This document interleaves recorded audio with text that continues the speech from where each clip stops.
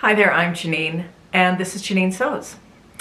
If this is the first time you've stopped by my channel, hello and welcome. If you're a returning viewer, it's good to see you again.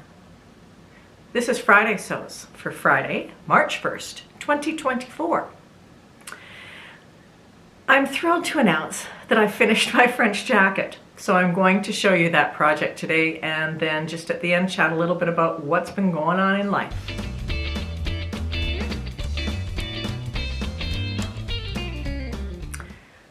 Last October, the Calgary Sews Meetup Group decided that it would be fun to do a sew-along. And we decided to do French jackets, or Chanel-style jackets. They're quite current, and Chanel continues to come out with slightly modified versions of the jacket. So it's certainly a garment that if you spend some time on it, you can wear it for many years, hopefully.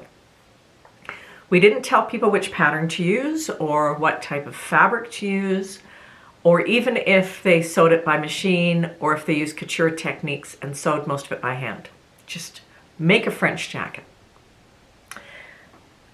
I decided to use Vogue 7975, and the version that I made is this version, the one with no closures and trim long sleeves. I left off the pockets. For fabric, I knew that fitting was going to be so important in this, and I didn't want to distract myself with trying to match prints or patterns, so I decided to use a solid fabric, and I got this wool blend. It's kind of modeled, and I think it's probably wool and viscose. It feels and behaves a lot like boiled wool. So I got this at Olga's Fabricland here in Calgary. The lining I picked up at Out of Hand when I was in the Ron Collins fitting class, which I'm going to mention in just a minute. I wanted lining that was fun and was bright and cheery, and I didn't have much luck finding a lining that was appealing. So I selected Rayon. This is the Rayon. It's fun.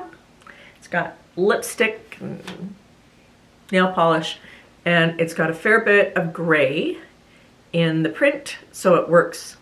It at least coordinates with the exterior. I wanted to use trim, and my fabric was not suitable to make trim. I looked a little bit online and then decided I would just pop into Fabricland. If you're in the States, Fabricland is kind of like Joann's. I think they've got much better garment fabric than Joann's does. And they don't have as many crafty things, but it's mostly a sewing kind of store. So at Fabricland, surprisingly, they had a fairly good selection of trim by the yard. And I selected this. And this is actually called Chanel trim. So to quickly recap, and I know that some of you, if you've watched previous Friday Sews videos, I've talked about some of this. I'm just going to very quickly recap. I first made a muslin for this, and I had a sewing friend give me some help with fitting, and then I took the muslin to a 3-day sewing workshop that I attended that was taught by Ron Collins, who's a Vogue pattern designer. And as a couple of people have pointed out, Ron Collins worked with Sandra Betzina for many years, and they recorded a ton of power sewing videos. So I'm going to put the link for power sewing here and also down below, because they have some very good sewing videos, something a little bit different that we haven't seen for 10, 15, 20 years. So I went to that class, and Ron helped me a lot fitting my muslin. Plus, I cut out the fabric and he helped me to start to sew it. I haven't sewn a lot with fabric like this, and he was able to give me guidance on what type of seam to use, how to finish the seams, some ideas for attaching the lining and the facings. It was very helpful and gave me a fair bit of confidence starting the project in that class. After the class, I came home and I worked on the jacket, added the lining, added a label. I only put the one label in that just says handmade. I thought about adding a bunch of labels, just decided one would suffice. And then I'm going to tell you about one little problem I had. I'm just going to show you the rest of the jacket. So it's got, I put one of my mom's pins on it. So there's the front. The trim goes all the way down the front, around the bottom, around the neck, and then on the cuffs. Basically, it's a princess seam jacket, princess seam front and back, and two-piece sleeves. The lining. Here's my fun lining. Nice and bright. It's not as slippery as silk would be, but I still like it better than anything that I saw when I was looking at silks. And down at the bottom, there's the bottom hem, and I did put chain on. I did not get fancy couture chain. I went to Michael's, and I thought this would suffice. And it's just fine. It does what it's supposed to do. It adds just a little bit of weight to help the jacket hang. I only really had one problem sewing this. It was something I solved, but it was also a lesson moment. As I said, this is wool. I steamed it quite well before I started working on it. It's never going to see a washing machine. It's only going to be dry cleaned. But I had to press it fairly well when I was sewing the garment. When I did the hem, I had to press up the hem. Of course, now it has the trim on it, but I had to press up the hem. So I used a fair bit of steam. My iron was on wool, and I used the clapper, and I got this really nice crisp edge. Let it cool for a few minutes, and then I hung the jacket up on the dress form. And the back panels were shorter, and they had flipped out like hair would flip out. It was, I should have taken a picture of it, but it was like this. I hadn't yet slip stitched the hem or the lining. So the lining was attached at the top, but just not at the hem. The chain wasn't on. And at that point, I really thought that the project was over. And I sent a note to a couple of my sewing friends and said, I've just completely screwed up this jacket.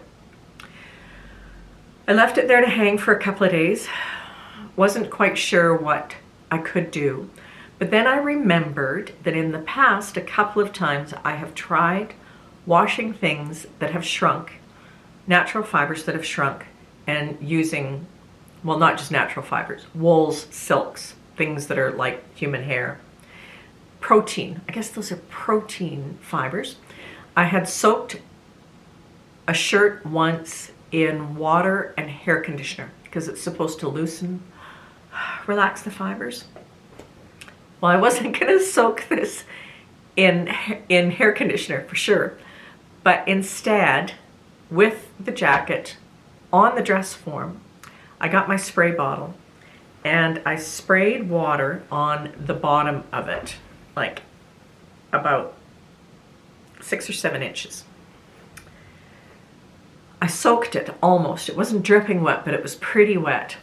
Then I pinned the jacket, the bottom hem of the jacket, to the dress form so that it was flat against the dress form, and it was pulled down just a little bit where it should be. Once it kind of flattened out, the length came back, and then I made sure that the front opening was pinned to keep it shaped. It took 2 days to dry, and when I took out the pins, it was in much, much better shape. So that kind of stretched it out enough. And then I added the trim which helped bring it shaped properly again. And then I added the chain, which added some weight to bring down any edges that were maybe popped up still a little bit. In the end, it's pretty good. There's one spot where it's kind of popped out a little bit, but it's so much better. I mean, I was really afraid that this was just destroyed, but it's even and it doesn't stick out too much. So that was the one real problem that I had. The thing that I learned from that little experience with the jacket becoming misshapen after steaming it a fair bit while sewing it is that I'm going to treat this jacket as if I'm in 1830. I'll hang it after I wear it. I will brush it off if it gets dirty. I'll make sure that it's aired out properly, and hopefully then that will limit the number of times that it has to be cleaned. Now that it's done, as soon as I put it on when it was done, didn't allow myself to really think about it until it was completely finished, and then I put it on and I thought, oh, this hangs right. The front, the two front sides are the same length.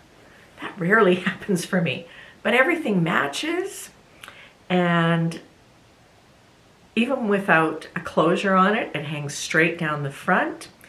I think the shoulders could be a hair narrower, but I might add a 1/4 inch shoulder pad in, because shoulder pads are coming back. I think I might add a shoulder pad, but it fits nicely. It doesn't catch anywhere. The sleeves are the right length. It's very comfortable. And as you've seen in the pictures I've been popping up, when we took the pictures, I went outside in the snow. We took a bunch of pictures yesterday, and it was snowing hard and it was chilly. I was very comfortable in this. It's not something I'd wear if I was walking to the bus stop and going to stand and wait for a bus for a while, but going to and from a car or out shopping, something like that, in and out of a restaurant at this time of year where it's a bit below freezing, this is comfortable and cozy. It's not a lightweight jacket that would be worn like a suit jacket. This is an exterior jacket because of the fabric that I picked. So, that's my French jacket. I'm gonna take a really big fat red Sharpie and check this off on my list. And it fits a couple of things that I had for this year. First, it was a project that was on the 2024 list. Then it involved improving fit, and it involved sewing finesse. So actually sticking to some of my goals for this year. And I'm quite looking forward to wearing this to the meetup next Saturday so that everybody can see it. The next project I'm going to work on is kind of a palette cleanser. I bought this brushed cotton jersey at Rick Rack, and it feels like a sweater knit, but it's a cotton knit. I don't know if you can see the texture on it. This is the brush side. Continuing on the fitting theme, a couple of weeks ago I wore the khaki green t-shirt with the badges on it, and I'd used a McCall's Palmer Plush t-shirt pattern. I bought a new copy of that pattern. It's now Butter 6848. It's the exact same pattern as the McCall's one. I can't remember the number, I'll put it down below. Since this is the year of fitting, I've traced off the pattern and I'm going to walk through the Palmer Plush suggestions and see if I can get a really nice fitting t-shirt out of this pattern. And I will use this and make the long sleeve version, and I'm thinking of doing the crew neck actually for a change. This fabric, of course, goes very well underneath the fabric for the Murcott vest, which is hanging right there. And it also goes nicely underneath the gray for the French jacket. Speaking of the Murcott vest, I had a huge wait lifted off my shoulders when I finished the French jacket. So I'm ready to work on the Murcott vest next week and get that done. Feel much more confident and happier taking on that project that still has some challenges. I don't do well with a lot of projects ongoing. I like to start one thing and finish it and then move on to the next. I don't like having a bunch of stuff going on at the same time. It's one of the things I've figured out about myself as I've gotten older. This weekend, though, the main sewing project is hemming the window panels that are hanging in the master bedroom that are stapled. I don't know if I can sew those on the machine. I will if I can. I mean, they're not fancy. They're not dressy, handmade window panels. They're from Wayfair. So I'm going to do those. There's not a lot else going on in life except a friend and I joined a gym yesterday, and we went to the gym today. So that's going to be one of the things that is changing in my life now that I'm not working. Last week, I asked you all how you make the most of your time and how you find time for sewing. And I haven't gotten through or replied to all the comments, but I'm going through them, and they are wonderful, very thoughtful comments. I love hearing that I'm not the only one saying, where does the day go? I got so much done when I worked and now the day's just gone. I'm so happy to hear I'm not the only person thinking that way. And I also love hearing how you organize your time and your life. And I'm gonna make a note on all these and share a bunch of the ideas in case you haven't read the comments. Because it seems like a lot of us have the same questions. What do we do with our time? And what's interesting is that when my friend and I decided to join the gym, we went to the gym this morning, and when we were coming home, we've made a plan for several days next week. We've got it on the calendar, and she said, gosh, can we go a little bit later? And my reaction was, why would you want to go later? I mean, we have to get this done and get it out of the way in the morning. And so she was kind of like, oh, okay. She hasn't worked for quite a few years. She was, well, I'd really rather go later. And I came home and I thought about it, and I realized that the only reason I was thinking I had to get it done first thing in the morning was because for so many years I've been conditioned that I have to get stuff like that out of the way because I have to be productive all day. I have jobs to do, and they must all be done during the day. And I can't do something frivolous like go to a gym in the middle of the day. But I can, because the only productivity that I need to have is making sure the house is taken care of, doing the cooking, doing whatever other things I have going on. But there's nobody watching me and saying, you must be working from 9 to 5. That was a really big revelation for me. So that's probably the biggest thing that's gone on in my life and is going to go on next week. If you're here, you probably know about Friday Sews. If you don't, Friday Sews was created by Jen of Today in Jen's Sewing Room. And you can search for other Friday Sews creators by using the hashtag Friday Sews in the YouTube search bar. Most weeks, Jen gives us a question. She didn't give us one this week. So my question for you is, do you have a favorite free sewing pattern that you'd like to share? March is Sew Frugal month, and I'm going to be doing a Sew Frugal video at the end of the month, sharing something that I've made with fabric from my stash and using a pattern that is free to anyone.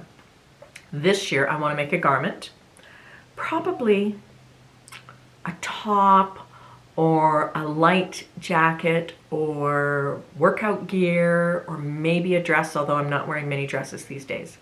So do you know any patterns? I also am thinking about making an accessory as well this year. Like, I need a little wallet or a small purse that's just perfect for a phone and a couple of things like that. If you have suggestions for free patterns, if you've found new pattern designers or small indie designers that have a free pattern that's worth taking a look at, pop it in the comments below. And I'm going to keep a list of all of them and see if I can share them during the video. I won't review all of them if there are a bunch of them, but if I can at least share some ideas with everyone when I do my video at the end of March. So that's my question. Thank you so much for watching. I cannot believe it's March already.